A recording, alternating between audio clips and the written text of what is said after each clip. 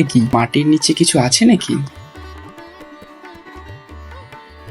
হায় ভগবান, এত সোনা! আমি জীবনে এত সোনা কখনো দেখিনি। এটা যদি আমার হতো তাহলে দারিদ্রতা চিরতরে দূর হয়ে যেত। তারপর রঘু কলসটি কাঁধে নিয়ে গ্রাম প্রধানের বাড়িতে গেল।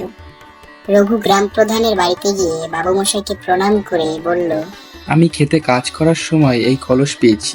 এটি কারো মূল্যবান ধন হতে পারে, তাই আপনার কাছে নিয়ে এলাম।